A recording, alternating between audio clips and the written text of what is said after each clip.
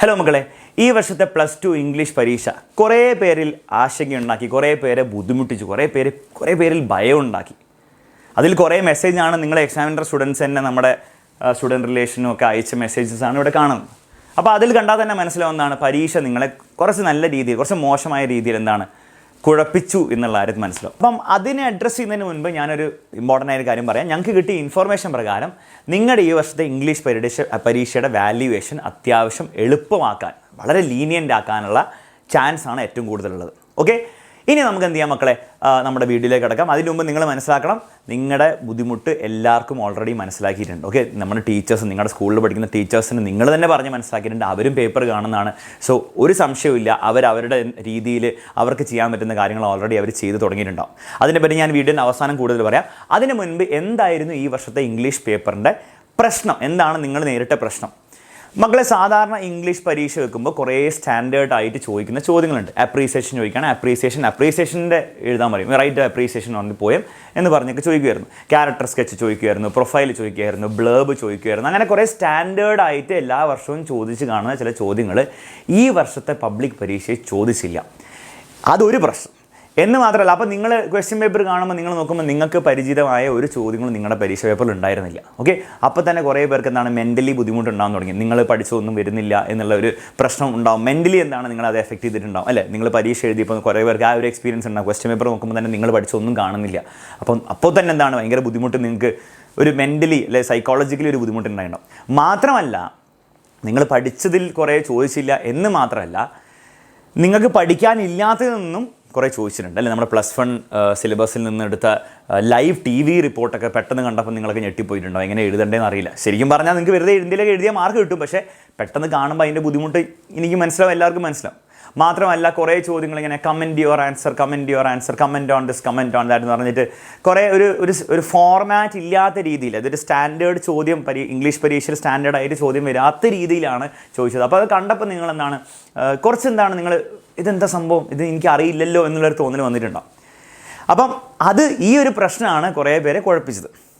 ഇനി ഇതിൻ്റെ സൊല്യൂഷൻ എന്താണ് മക്കളെ? ഈ ഒരു വിവരം എല്ലാവർക്കും അറിയാം.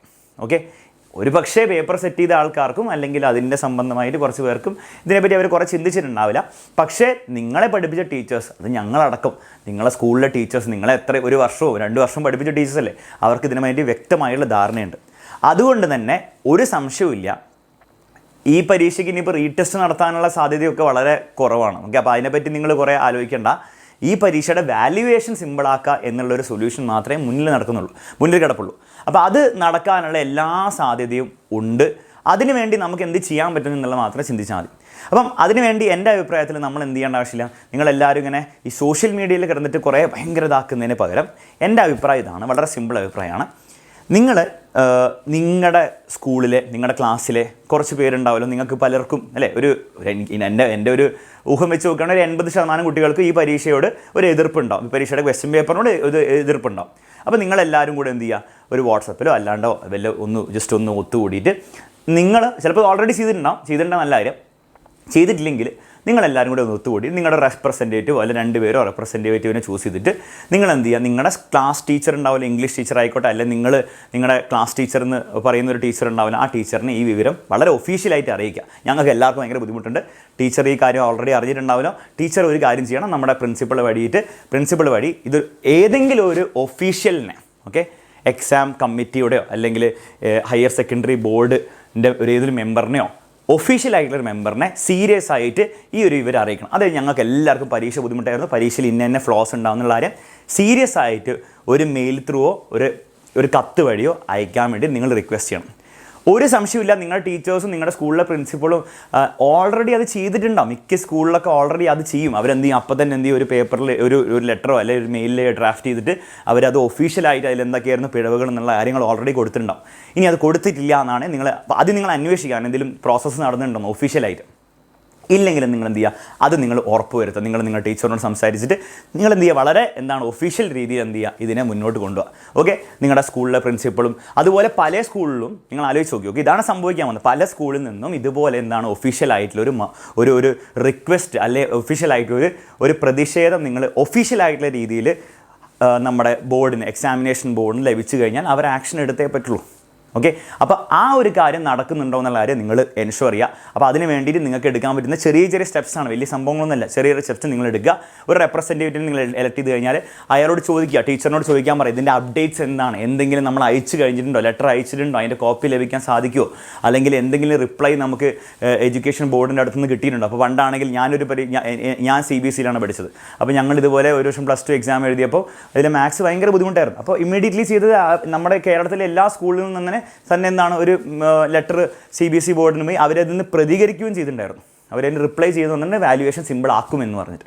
അപ്പോൾ അങ്ങനെ എന്തെങ്കിലുമൊക്കെ അപ്ഡേറ്റ്സ് ലഭിക്കുന്നുണ്ടോ എന്നുള്ള കാര്യം നിങ്ങൾ എന്ത് ചെയ്യുക, അപ്ഡേറ്റ് ചോദിച്ചുകൊണ്ടിരിക്കുക. ഓക്കെ, അപ്പോൾ ഈ ഒരു സാഹചര്യത്തിൽ നിങ്ങൾക്ക് ഏറ്റവും ബുദ്ധിപരമായിട്ട് നിങ്ങളുടെ പരീക്ഷയുടെ വാല്യുവേഷൻ ഏറ്റവും സിമ്പിളാക്കി ലീനിയൻ്റ് ആക്കി കിട്ടണമെങ്കിൽ, അതാണ് നിങ്ങളുടെ ആഗ്രഹമെങ്കിൽ നിങ്ങൾക്ക് ചെയ്യാൻ പറ്റുന്ന ഏറ്റവും ബെസ്റ്റ് കാര്യം ഈ പറഞ്ഞ കാര്യമാണ്. ഒഫീഷ്യലായിട്ട് നിങ്ങൾ ഒഫീഷ്യൽ അതോറിറ്റീസിനെ അറിയിക്കുക. അത് ഒഫീഷ്യൽ രീതിയിൽ തന്നെ അറിയിക്കുക. കാരണം നമ്മൾ ഫോർ എക്സാമ്പിൾ നമ്മളിങ്ങനെ സോഷ്യൽ മീഡിയയിലോ അല്ലെങ്കിൽ യൂട്യൂബിൽ ഇപ്പോൾ ഞാൻ വീഡിയോ ഇട്ടുകൊണ്ടോ അല്ലെങ്കിൽ എൻ്റെ കമൻറ്റ്സ് വന്നുകൊണ്ടോ അതൊന്നും അവസാനം വാല്യുവേഷൻ ക്യാമ്പിൽ പോകുന്ന ടീച്ചേഴ്സ് അല്ല തീരുമാനിക്കാൻ പോകുന്നത്. അവർ ഒരു ടീച്ചർ ഇരുന്നിട്ട് എന്നാൽ പിന്നെ ഞാൻ ഇന്ന് ഫുള്ള് ലീനിയൻ്റ് ആക്കി വാല്യൂ ചെയ്യുക അതല്ല തീരുമാനിക്കുന്നത്. അവർക്കൊരു ഇൻസ്ട്രക്ഷൻ വരണം ഒരു ഹയർ അതോറിറ്റിയിൽ നിന്ന്. അവരതറിയണേ അത് യൂട്യൂബിൻ്റെ വീഡിയോൻ്റെ കമൻസ് എന്നല്ല വരാൻ പോകുന്നത്, അല്ലെങ്കിൽ യൂട്യൂബിൽ വീഡിയോ ഷെയർ ചെയ്തുകൊണ്ടല്ല വരാൻ പോകുന്നത്. അവർക്ക് ഒഫീഷ്യലി സ്കൂൾ ടീച്ചേഴ്സോ അല്ല ഒഫീഷ്യൽ പ്രിൻസിപ്പൾസോ, ഏതെങ്കിലും സ്കൂളിലെ പ്രിൻസിപ്പളോ കുറേ സ്കൂളിലെ പ്രിൻസിപ്പൾസോ അവരിൽ നിന്ന് ഒഫീഷ്യൽ കമ്മ്യൂണിക്കേഷൻ അവരുടെ അടുത്ത് നിന്ന് കിട്ടണം. ഒരു കംപ്ലയിൻറ്റ് അവർക്ക് കിട്ടിയാലേ അവർക്ക് എന്തെങ്കിലും ആക്ഷൻ എടുക്കാൻ പറ്റുള്ളൂ എന്നുള്ള കാര്യം നിങ്ങളുടെ മനസ്സിൽ നിങ്ങൾക്ക് മനസ്സിലായെങ്കിൽ നിങ്ങൾ എന്ത് ചെയ്യുക, ആ രീതിയിൽ മുന്നോട്ട് പോകാം.